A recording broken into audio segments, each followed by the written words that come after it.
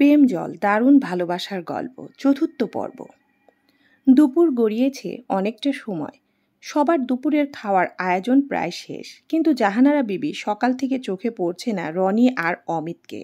কিচেনে আর ড্রয়িং রুমে ঘোরাঘুরি করতে থাকা সুরাইয়াকে জিজ্ঞাসা করেন তিনি, বৌমা, রনি আর অমিত কোথায়? সকাল থেকে তো দেখি না কোথাও। গেল ওরা? তুমি কি কিছু জানো? সুরাইয়া একটু ভেবে বলল, সকালবেলা নাস্তা করে দুজনকে দেখি রনির রুমের পানে যেতে দেখলাম। এরপর আর দেখিনি, এখনো বাইরে বের হয়নি বোধ হয়। জাহানারা বিবি উদ্বিগ্ন কণ্ঠে বললেন, কি করছে দুজন, গিয়ে দেখি। লাঞ্চ করবে না নাকি? বলেই তিনি সোজা রওনা দেন রনির রুমে। মাহিরা এসে সুরাইয়াকে বলল, আন্টি আপনাকে রুমে ডাকছে। সুরাইয়া মৃদু স্বরে বলে, চলো দেখি কেন ডাকছে। দুজন রওনা দেয় অমিতের রুমের পানে। রনি রুমে এসে জাহানারা বিবি দেখে অমিতের আর রনি গভীর ঘুমে অচেতন। জাহানারা বিবি গম্ভীর স্বরে বলে ওঠেন, এই তোরা এখন ঘুমাচ্ছিস এই অবেলায়? সবাই খেতে বসবে, তো তোরা খাবার খাবি না নাকি? অমিত আধো খোলা চোখে চেয়ে বলল, কি হলো মা, এত চেঁচাচ্ছ কেন তুমি? তুমি এখন যাও। জাহানারা বিবি বললেন, ঠিক আছে, আমি যেন 5 মিনিটের মধ্যে তোদের ড্রয়িং রুমে দেখি। এই বলে তিনি চলে যান। কিছুক্ষণ পরে অমিত আর রনি এসে বসে, কিন্তু সবাই অপেক্ষায় সুরাইয়া আর আজরিনের। অমিত মোবাইলে ব্যস্ত। হঠাৎ দাদির কথা মনে পড়ে। সে জাহানারা বিবিকে উদ্দেশ্য করে বলে, মা, দাদি কোথায়? সকালে তো নাস্তা করতে এলেন না। জাহানারা বিবি হালকা কণ্ঠে বললেন, ওনার শরীর ভালো না রে, রহিমা ওনার খাবার রুমে দিয়ে আসে। এই সময় আজরিন আর সুরাইয়া এসে হাজির। জাহানারা বিবি তাদেরকে দেখে হাস্য উজ্জ্বল চেহারায় নিয়ে বলে ওঠে, এই তোরা এসে গেছো? রনি আজরিনের পানে তাকিয়ে চমকে যায়। আজরিনের গায়ে কালো রঙের নতুন শাড়ি, তাকে দেখে মনে হচ্ছে যেন রূপকথার কোনো চরিত্র সে। রনি নিচু গলায় অমিতকে বলে, ভাই, তোমার বউকে তো একটু দেখো। অমিত বিরক্ত গলায় বলে, আমার বউ করিস না তো। তোর মন চাইলে তুই দেখ, আমার কোনো ইন্টারেস্ট নেই। রনি মুচকি হেসে বলল, তোমার রহি সুন্দর হতে পারে, কিন্তু আজরিন সে তো মায়ার এক অপূর্ব প্রতিচ্ছবি। আমি যদি তাকে পেতাম নিজের সবটা দিয়ে আগলে রাখতাম। অমিত তখনও চোখ তুলে তাকায় না, বরং রনিকে ক্ষিপ্ত নিচু সুরে বলে, চুপ কর, কানের কাছে ঘ্যান ঘ্যান করিস না তো। সবাই খাবার খেতে ব্যস্ত হয়ে পড়ে। খাওয়ার একটা সময় জাহানারা বিবি বলে, অমিত, তুই কতদিনের জন্য ছুটি নিয়েছিস? অমিত একটু হকচকিয়ে বলে, 1 সপ্তাহের। তবে ভাবছি কালকেই চট্টগ্রাম চলে যাব। কাল তো আজরিনকে নিয়ে তোর শ্বশুর বাড়ি যেতে হবে, সাথে রনিও যাবে। সেখানে 2 দিন থেকে তারপর আজরিনকে নিয়ে চট্টগ্রামে ফিরবি। আমরাও কাল বিকালে রওনা দিব চট্টগ্রামের উদ্দেশ্যে। জাহানারা বিবির কথায় অমিত প্রতিবাক্য না থাকলেও রাহি উচ্ছ্বাসিত হয়ে বলে, আমিও চাচ্চুর সাথে মামনিদের বাসায় যাব। জাহানারা বিবি মায়া ভরা কণ্ঠে বলেন, তুমিও যাবে? আচ্ছা, গেলে না হয় যাবে।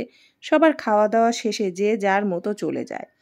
অমিত রুমে আসার কিছুক্ষণ পরে আজরিন রুমের পানে আসে। আজরিনকে রুমের ভেতরে আসতে দেখে তার নজর পড়ে আজরিনের পানে। এতক্ষণ সে মেয়েটার পানে না তাকালেও এখন তাকাতেই তার রনির বলা কথাগুলো মনে পড়ে যায়। সত্যি মেয়েটাকে আজ অসম্ভব সুন্দর লাগছে। চোখে পড়ার মতো সৌন্দর্য মেয়েটার, লাজ লজ্জা ভরা সেই মুখ। কি যেন ভেবে অমিত বিছানা থেকে উঠে পড়ে। রুম থেকে বের হওয়ার জন্য পা বাড়াতেই আজরিন গলায় মলিন স্বরে বলে, আমার থাকায় যদি আপনার অসুবিধা হয় আমি চলে যাই। আপনি বরং থাকুন, এটা আমার রুম, এখানে আমার থাকতে কোনো সমস্যা হবে কেন? আমার কাজ আছে তাই যাচ্ছি। এটা বলে কিছু পা আগাতেই অমিত আবারও থমকে দাঁড়িয়ে যায়। মনে পড়ে কাল রাতের মেয়েটার হাত ওভাবে ধরা উচিত হয়নি, যার কারণে মেয়েটার হাতে এই আঘাত। তার চিত্র বলে তার উচিত মেয়েটাকে সরি বলা। সে ফিরে এসে বলে, শোনো মেয়ে। আজরিন অমিতের পানে তাকিয়ে বলে, আমার নাম আজরিন, তোমার নাম যাই হোক তাতে কিছু যায় আসে না। অমিত ইতস্ততা নিয়ে বলে, কাল রাতে ওভাবে তোমার হাত ধরা ঠিক হয়নি, তার জন্য আমি সরি। না, আপনি সরি বলার মতো কিছুই করেননি, দোষ আমারই ছিল। অমিত একটু ভেবে বলে, আর হ্যাঁ, সকালে মাকে এভাবে মিথ্যা বলাটা ঠিক হয়নি। কথাটা বলে সে বিছানার পাশের টেবিলের কাছে হেঁটে যায়। ছোট্ট টেবিলের ড্রয়ার থেকে রিংয়ের বাক্সটা তুলে নেয়। আজরিনের পানে বাড়িয়ে দিয়ে বলে, এই নাও তোমার রিং। আজরিন মিষ্টি হেসে রিংটা নিয়ে নেয়। বলে, আপনি আমার স্বামী, আপনার জন্য এতটুকু মিথ্যা তো বলতেই পারি। অমিত বিস্ময়কর ভাবে বলে, স্বামী? আজরিন হ্যাঁ নির্বোধের মতো অমিতের চোখে চোখ রেখে বলে, হ্যাঁ। অমিত গম্ভীর স্বরে বলে, স্বামী এটা কাগজ কলমে লোকে দেখানো। তুমি কখনো আমার স্ত্রী হয়ে ওঠার চেষ্টা করো না। তাহলে কেন আমায় বিয়ে করলেন? অমিত বিরক্ত স্বরে বলে, আমার বিয়ের সাথে আমার বাবার সম্মান জড়িয়ে ছিল। আমি ছেলে হয়ে তার দায়িত্ব পালন করেছি। তুমি ছিলে সহজ সমাধান। আজরিন নিঃশব্দে কাঁদতে কাঁদতে বলে, মানে আমি শুধু ব্যবহার হলাম? অমিত ঠান্ডা গলায় বলে, যা ইচ্ছা ভাবো। আজরিন বক্স থেকে রিং বের করে তা বাঁ হাতের মধ্যমা আঙ্গুলে পড়ে না আর বলে, আমি অনামিকা আঙ্গুলটা খালি রাখব ততদিন পর্যন্ত যতদিন না আপনি নিজ হাতে রিং পরান। তবে হ্যাঁ, বেশি দেরি করে ফেলবেন না, তাহলে অন্য কেউ এসে অধিকার নিয়ে যেতে পারে। এত কিছু বলার দরকার নাই, শুধু একটা কথা আমাদের সম্পর্কের ফাটল নিয়ে, যাতে কেউ কিছু না জানে। এটা যেন আমাদের মধ্যেই থাকে, এই চার দেওয়ালের মাঝেই থাকে। কথাটা শেষ করে অমিত রুম ছেড়ে বেরিয়ে যায়। আজরিন চুপচাপ বিছানায় এসে বসে পড়ে আর ফুপিয়ে কাঁদতে থাকে। পরিবারের সবার আদরের আজরিন দুঃখ তাকে কখনো ছুতে পারেনি। ভালোবাসা, নিরাপত্তা, সবার আদরই ছিল তার জীবনের সঙ্গী। অথচ বিয়ের পর সব দুঃখ যেন তার কপালেই লিখে রেখেছে। সে এখন জীবনের সব থেকে কঠিন অধ্যায়ের মুখোমুখি। দুপুরের পর থেকে আজরিন রুমের মধ্যেই থাকে। অমিত আর তার মধ্যে আর কোনো কথাই হয়নি। রাতে ঘুমাতে যাওয়ার আগে অমিত সুরাইয়াকে বলে আরেকটা কমফোর্টার এনে রাখতে। আজরিনের দিকে সেটা ছুঁড়ে দিয়ে মলিন স্বরে বলে, এই নাও, এটা তোমার জন্য। ভুল করেও রাতে আমার কমফোর্টারের দিকে আসবে না, বুঝলে? আজরিন চুপচাপ কমফোর্টারটা হাতে নেয়।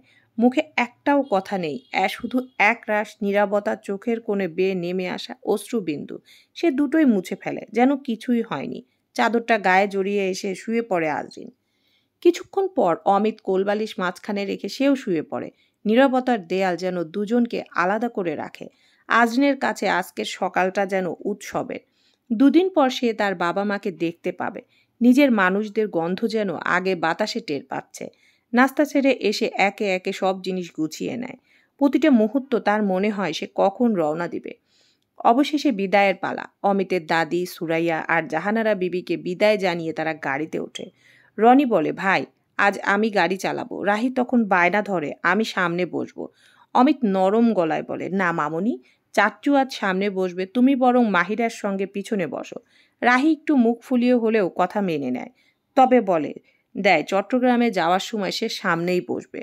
জাহানারা বিবি বলে দেন তারা যেন দুদিন আজরিনদের বাড়িতে থেকে তবেই চট্টগ্রামে যায়। রফিক চাচার হাতে তিনি আগে থেকে ফল, মূল, মিষ্টি আনিয়ে রেখেছিলেন। রনি সবকিছু গাড়ির ডিক্কিতে গুছিয়ে নেয়। আজরিন বাড়িতে পৌঁছানোর পর নিজের বাবা মা আর ভাইকে দেখে। আজরিন আর নিজেকে ধরে রাখতে পারে না। এসে মাহাতাবকে জড়িয়ে ধরে হাউ মাউ করে কেঁদে ওঠে, যেন এই কান্নার ভেতরে জমে থাকা সমস্ত কষ্ট দূর হয়ে যাচ্ছে আজরিনের। মা জমিনা বিবি মেয়েকে দেখে নিজেকে আর ধরে রাখতে পারে না। মেয়ের মুখে চুমু এঁকে দিয়ে বলেন, আমার মা ফিরে এসেছে, আমার ছোট্ট আজরিন। এই সময় রুবিনা এসে বলে, এই মা মেয়ের আদর তো দেখি আর শেষ হয় না। জামাইকে তো কেউ একটু আদর করবে, সেই খেয়ালও কারো আছে? আজরিন তাড়াতাড়ি রুমে গিয়ে ফ্রেশ হয়ে আসো। আজরিন মৃদু হেসে মাথা নেড়ে নিজের রুমের পানে পা বাড়ায়। মাহতাব মোজাম্মেল সাহেবের সঙ্গে রনি ও অমিত গল্পে মেতে ওঠে। রুবিনা হালকা নাস্তা এনে দেয়, বলে, শুধু গল্প হলে হবে? আপ্যায়ন হবে না জামাইয়ের? এত দূর থেকে এসেছেন। এদিকে আজরিন রুমে এসে তার প্রিয় 3 পিস পরে নেমে আসে।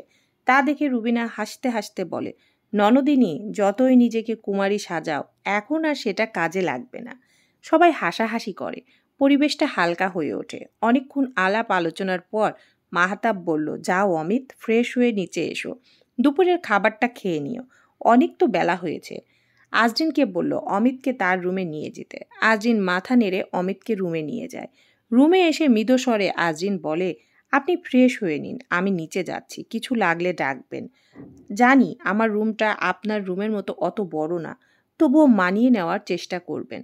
অমিত কিছু না বলে মাথা হেলে সম্মতি জানায়। অমিত রুমে একা। অমিত রুমের চারপাশটা একবার দেখে নেয়। সব কিছু সাজানো গোছানো, যেটা আমার থেকে অনেকটাই উল্টো। রুমের মধ্যে খানিকটা পায়চারি করে ওয়াশরুমে চলে যায় অমিত। নিচে আসে আজরিন, নরম গলায় নরম সুরে মাকে জিজ্ঞেস করে, মা, রহিয়াপুর কোনো খোঁজ পেয়েছো? মুহূর্তেই জমিনা খাতুনের মুখ গম্ভীর হয়ে ওঠে। তিনি বলেন, ওই মেয়ের কথা জিজ্ঞেস করবি না আমাকে। অনেক কাজ পড়ে আছে, জামাইকে খাবার দিতে হবে, সামনে থেকে সর। আহ্লাদি সুরে আজরিন বলে, তোমার মুখ বলে দিচ্ছে মা, তুমি জানো আমি জানি তুমি কিছু জানো, তোমার মুখের ভাব ব্যক্তি সব বলে দিচ্ছে। আজরিনের অনেক জোরাজুরির পর অবশেষে জমিনা খাতুন মুখ খোলেন। তোর বাবা খোঁজ নিয়েছিল, শুনেছে রুহি এখানকার সোহেলের সঙ্গে আছে। তারা যেদিন পালিয়ে গিয়েছে সেদিনই বিয়ে করে নিয়েছে। এর বাইরে আমি কিছু জানি না। এখন যা গিয়ে দেখ অমিত ফ্রেশ হলো কিনা। আজরিন বলে, এভাবে উপর নিচ করতে করতে আমি অর্ধেক বুড়ি হয়ে যাব। মায়ের চোখের দিকে মেয়ের মুখে সে কি হাসি। হঠাৎ জামিনা খাতুন নিচু গলায় জিজ্ঞেস করে, শোন মা, অমিত তোর সঙ্গে কেমন? তোদের মধ্যে সব ঠিক আছে তো? মায়ের প্রশ্নের আজরিনের মুখে হাসি থাকলেও চোখে অদৃশ্য একটা ব্যথা জমে থাকে। তবুও সে মাকে জড়িয়ে ধরে বলে, সব ঠিক আছে আমাদের মধ্যে, কোনো সমস্যা নেই মা। জামিনা বেগম সন্দিহান চোখে তাকিয়ে বলেন, তুই তো আসার পর থেকে যেভাবে উঠতছোস, বোঝাই যাচ্ছে জামাই তোকে অনেক সুখে রেখেছে।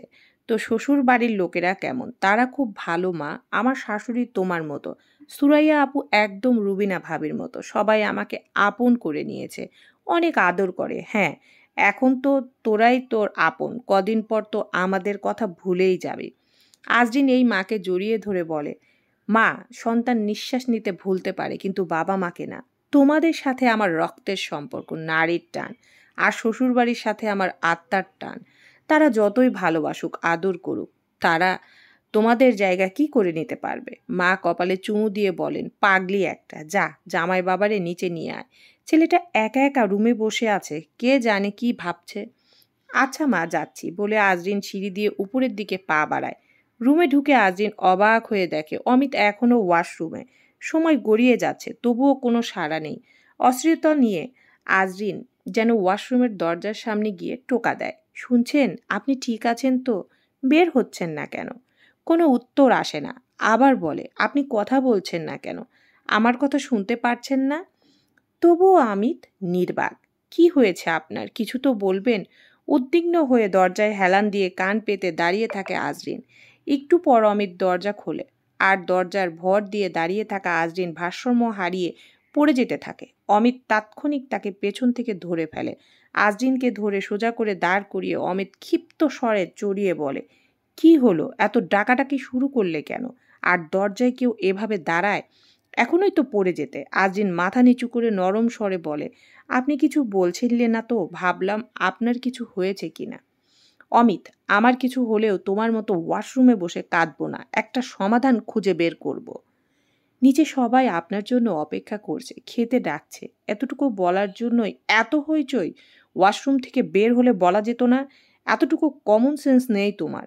আজরিন মাথা নিচু করে চুপ করে দাঁড়িয়ে থাকে, কণ্ঠে অনুশোচনা। সরি, ভুল হয়ে গেছে। সবাই নিচে খেতে বসে গেছে, শুধু রুবিনা আর জমিনা খাতুন দাঁড়িয়ে আছে। তা দেখে আজরিন জিজ্ঞেস করে, তোমরা বসছো না কেন? রুবিনা মেদো স্বরে বলে, তোমাদের খাওয়া শেষ হলে আমরা খেয়ে নেব। তাহলে আমিও তোমাদের সাথে খাবো। চেয়ার ছেড়ে উঠে যায় আজরিন। রুবিনা তার কাঁধে হাত রেখে বসিয়ে নিচু স্বরে বলে, তুমি এখন বিবাহিত, এই প্রথম আমাদের বাড়িতে স্বামীর সাথে একসাথে টেবিলে বসে খাচ্ছ। এতদিন তো আমাদের সাথে খেলে, এবার স্বামীকে গুরুত্ব দাও। জেদ করো না, চুপচাপ বসে পড়ো। রুবিনার কথায় চুপসে যায় আজরিন। ধীরে ধীরে সে আবার বসে পড়ে। মা আজরিনের প্রিয় সব খাবার রান্না করেছে আজ। কাতলা মাছের বড় একটা পিস মেয়ের প্লেটে তুলে দিতে দিতে বলেন, এই নে মা, তোর প্রিয় মাছ। আজরিন মুখ ফিরিয়ে বলে, মাছ দিচ্ছ কেন? আমি খাবো না। কিন্তু কেন? এটা তো তোর সবচেয়ে প্রিয় খাবার। জমিনা খাতুন মেয়ের মুখের কথা শুনেও তার মনের কথা পড়ে ফেলেন। মুচকি হেসে বললেন, বুঝেছি, তুই তো মাছের কাঁটাও বেছে খেতে পারিস না, আমাকে বেছে দিতে হবে, সেজন্যই এত লজ্জা পাচ্ছিস। কিন্তু মা, এখানে তো সবাই আমাদের লোক, কিসের এত সংকোচ? আজরিন লজ্জায় মুখ তুলে বলে, তুমিও না মা বেশি জানো, এমনিই খেতে ইচ্ছে করছে না। আজরিনের কথা উপেক্ষা করে জমিনা খাতুন তাকে হাসি মুখে কাটা বেছে দিতে দিতে বললেন, চুপচাপ খেয়ে নে, আজ তোর জন্য এত আয়োজন। সবার খাওয়া প্রায় শেষের পানে। খাওয়া শেষে তৃপ্তি নিয়ে আজরিন উঠে বলে, অনেক খেয়েছি, রাত পর্যন্ত আর কিচ্ছু খেতে পারবো না।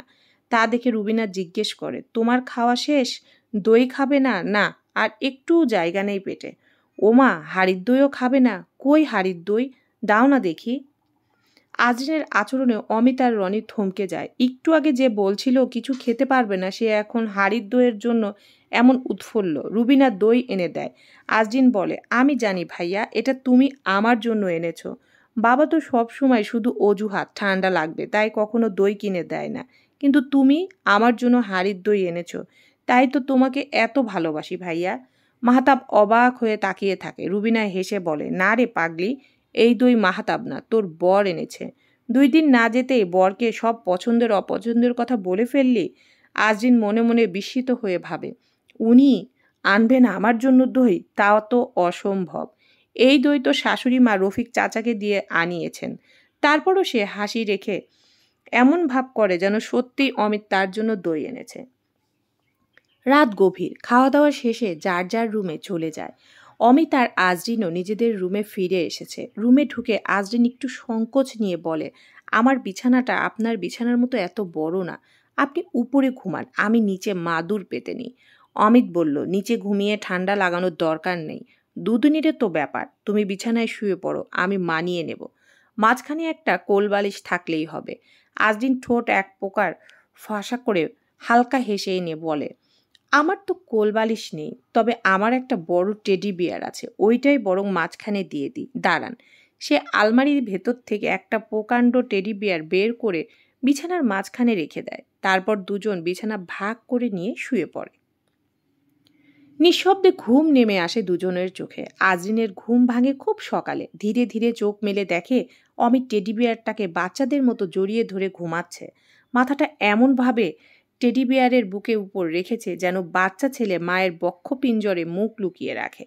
আজরিন তাকিয়ে থাকে অপলকভাবে। ঘুমন্ত অবস্থায় মানুষটা কতটা শান্ত, কোমল লাগে মুখ। এত গম্ভীর মানুষটা এমনভাবে ঘুমাচ্ছে। গত 3 দিনে একটিবারও হাসেননি, অথচ এমন মুখে যদি হাসি ফুটত কি অপূর্ব দেখাতো। তার মনের কথাগুলো ঘুরপাক করতে থাকে মনের ভিতরে। রুহি আপু কিভাবে এমন একজন মানুষকে ছেড়ে যেতে পারলো? শুধু চেহারা নয়, মানুষ হিসাবে তিনি কত ভালো। কিভাবে পারলো আপনার মন ভাঙতে? হঠাৎ নিজের ভাবনায় নিজেই চমকে ওঠে। আর যে না না, উনি যদি এখন উঠে পড়েন আর দেখেন আমি এইভাবে ওনার পানে তাকিয়ে আছি, তাহলে আমার সকালটা শুরু হবে ওনার ধমক খেয়ে। এক মুহূর্তে কল্পনায় ভেসে আসা অমিতের কণ্ঠস্বর, এই মেয়ে, তুমি আমার দিকে এভাবে তাকিয়ে আছো কেন? তোমার সাহস কিভাবে হলো লিমিট ক্রস করার? সে কিন্তু উনি বেকার চক্করেই দেখবেন না লিমিট। আজরিন তাকিয়ে দেখে অমিতের শরীর থেকে কমফোর্টারটা সরে গেছে। সেটি টেনে গায়ের উপর ভালোভাবে তুলে দিয়ে ওয়াশরুমে চলে যায়। 2 দিনের মতো অস্থায়ী এই সম্পর্কের ছায়া আজরিনের ফুরিয়ে আসছে। আজরিন চট্টগ্রাম ফিরে যাওয়ার দিন সকালে উঠেই তার মনটা ভার হয়ে আসে। প্রথমবারের মতো মা বাবাকে ছেড়ে এত দূরে যেতে হচ্ছে। পুরো বাড়িটা ঘুরে বেড়াচ্ছে, চেনা দেওয়াল, চেনা জানালা, চেনা গন্ধ। হঠাৎ ছোট্ট মাহিরা দৌড়ে এসে বলল, ফুপু, দাদাভাই তোমাকে রুমে ডেকেছে। আজরিন ধীরে ধীরে বাবার রুমের সামনে গিয়ে দাঁড়ায়। মোজাম্মেল সাহেব দরজার কাছে এসে বলেন, আয় মা, ভিতরে আয়, তোর জন্য অপেক্ষা করছিলাম। রুমে ঢুকে চুপ করে বসে থাকে আজরিন। বাবার মমতার ভঙ্গিতে বলেন, আজ সকালে তোর শ্বশুরের সাথে কথা বলেছি, তোর পড়াশোনার কথা বললাম। 5 মাস পর তোর ভার্সিটির অ্যাডমিশন টেস্ট। উনি বললেন চিন্তা না করতে, উনি তোকে ভর্তি করিয়ে দিবেন। অমিত তো আছেই, সব দেখভাল করবে। একটু থেমে আবার বললেন, মা, এখন তোর জীবন এক নতুন বাঁকে, তুই যেন নিজের স্বপ্ন থেকে পিছিয়ে না পড়িস। এখন শুধু তুই না, তোর স্বপ্নের সঙ্গে জড়িয়ে আছে আমাদের মান সম্মান আর তোর শ্বশুর বাড়ির সম্মান। সব কথা মন দিয়ে শুনে আজরিন কোনো উত্তর দেয় না। হঠাৎ উঠে এসে বাবাকে জড়িয়ে ধরে হাউ মাউ করে কেঁদে ফেলে। মোজাম্মেল সাহেব মেয়ের মাথায় হাত রেখে আদর করলেন, যেন সমস্ত দুঃখ তার হাতের মুঠোয় তুলে নিচ্ছেন। সারাটা দিন যেমনই কাটুক না কেন, আজরিন যখন সাজগোজ শেষ করে বাড়ি থেকে বেরোয়, হৃদয়ের ভেতর একটা হাহাকার যেন চেপে বসে। গাড়ির দরজায় পা রাখতে আবেগে ভেসে যায় সে। মাকে জড়িয়ে ধরে অঝরে কাঁদে। মা আঁকড়ে ধরে মেয়েকে, যেন সময়কে থামিয়ে দিতে চায়। এই প্রথমবার আদরের মেয়ে তাদের ছেড়ে এত দূরে যাচ্ছে। ছোট মাহিরা ফুপিকে আঁকড়ে ধরে কাঁদে। ফুপি চলে যাওয়ায় তার বেদনার বিদায় সবাইয়ের ব্যস্ততায়। আর তখনই রাহি গিয়ে সামনের সিটে বসে পড়ে। অমিতও ওখানে বসতে গিয়ে থেমে যায়। রাহির সেদিনকার বলা কথাগুলো মনে পড়ে যায়। অমিত আর কোনো কথা না বাড়িয়ে রনি ড্রাইভ সিটে বসতেই অমিত বলে, ড্রাইভ আমি করি, তুই পেছনে বস। রনি হালকা হেসে বলে, না ভাই, অনেকটা রাস্তা, প্রথমে আমি চালাই, বাকি অর্ধেক আমি চাই তুমি চালাও। অমিত মাথা নেড়ে সম্মতি জানায়। আজদিন সবাইকে চোখের জলে বিদায় জানায়। মাহিরা বারবার ওড়না ধরে টেনে ধরে রাখে, ছাড়তে চায় না। অবশেষে মাহিরাকে মাহাতাব কোলে তুলে নেয়, গাড়ি ছাড়ে। আজদিনের জানালার বাইরে পেছনে ফেলে আসা মুখগুলো আস্তে আস্তে বিলীন হয়ে যায়। তারা একটানা পথ পাড়ি দিতে থাকে, কিন্তু আজদিনের কান্না থামার নাম নেয় না। অমিত ক্লান্ত স্বরে বলে, এত কষ্ট হচ্ছে যেহেতু, তাহলে থেকে যেতে পারতে। রনি তৎক্ষণাৎ বলে ওঠে, ভাই এ তুমি কি বলছো? ভাবি তো তোমার ভালোবাসার ডাকে সব ছেড়ে এসেছে, আর তুমি বলছো থেকে যেতে পারতে? অমিত রুক্ষ কণ্ঠে জবাব দেয়, তুই চুপ কর, ড্রাইভিং কর, না হলে গন্তব্য চট্টগ্রাম না হয়ে সোজা সদর হাসপাতাল হয়ে যাবে। আজদিন কিছুক্ষণ মুখ চেপে ধরে অসহ্যভাবে রনিকে উদ্দেশ্য করে বলে, ভাইয়া গাড়িটা একটু সাইড করুন। রনি আয়নায় তাকিয়ে দেখে মেয়েটার চেহারা একেবারে বিবর্ণ। দ্রুত গাড়ি থামায়। আজদিন দুলে দুলে গাড়ি থেকে নেমে পড়ে, রাস্তার পাশে গিয়ে বমি করতে থাকে। অনেকটা সময় ধরে আজদিনকে বমি করতে দেখে রনি উদ্গিন্ন কণ্ঠে বলে, ভাই তোমার বউয়ের কাছে যাও, যে কোনো সময় মাথা ঘুরে পড়ে যেতে পারে। অমিত বিস্ময়কর হয়ে বলে, আমি আমি নিজেই বমি করে ফেলবো, পারলে তুই যা। রনি ভারী স্বরে বলে, ভাই রোহি শুধু তোমার ভালোবাসা নয়, তোমার অনুভূতিও নিয়ে গেছে মনে হয়। তোমার বউ বমি করে আর তুমি বলো আমায় যেতে। অমিত চুপ করে যায়, কিছুটা বিবেকবান হয়ে গাড়ি থেকে নামে। রনি বলে, ভাই পানির বোতলটা নিয়ে যাও, ওকে খেতে দিও। অমিত বোতল নিয়ে আজরিনের পিছে দাঁড়ায়, মুখ ঘুরিয়ে বলে, তুমি ঠিক আছো? বিবর্ণ চেহারা নিয়ে আজরিন তাকায় অমিতের পানে, দেখে অমিত মুখ ঘুরিয়ে দাঁড়িয়ে আছে। আজরিন ক্লান্ত কণ্ঠে বলে, হ্যাঁ এখন একটু ভালো লাগছে। অমিত আজরিনের পানির বোতলটা এগিয়ে দিয়ে বলে, একটু পানি খাও, শরীরের দুর্বলতা কিছুটা হলেও কাটবে। আজরিন বোতলটা নিয়ে কয়েক চুমুক পানি খায়, তারপর দুজনে গাড়ির দিকে হাঁটে। কিন্তু হাঁটতে হাঁটতে হঠাৎ আজরিন হেলে পড়ে। অমিত দ্রুত তাকে ধরে ফেলে, বলে, তুমি ঠিক আছো? মাতাল সুরে আজদিন বলে, ঠিক আছি, আমায় ছাড়ুন। ও দেখতেই তো পাচ্ছি কেমন ঠিক আছো, চলো। অমিত আর কথা না বলে আজরিনকে ধরে গাড়িতে তুলে দরজা বন্ধ করে পাশে বসে। রনি হেসে বলে, ভাই ভেবেছিলাম গাড়ি অর্ধেক পথ তুমি চালাবে, এখন দেখছি ভাবিকে সামলাতে সামলাতে তোমার হাতে স্টিয়ারিং ধরার সময়ই থাকবে না, আমিই বরং চালাই। এভাবে বহু ঘন্টা পথ পাড়ি দিয়ে রাতের আধারে তারা পৌঁছায় জীবনের চিরচেনা ঠিকানায়। চলবে।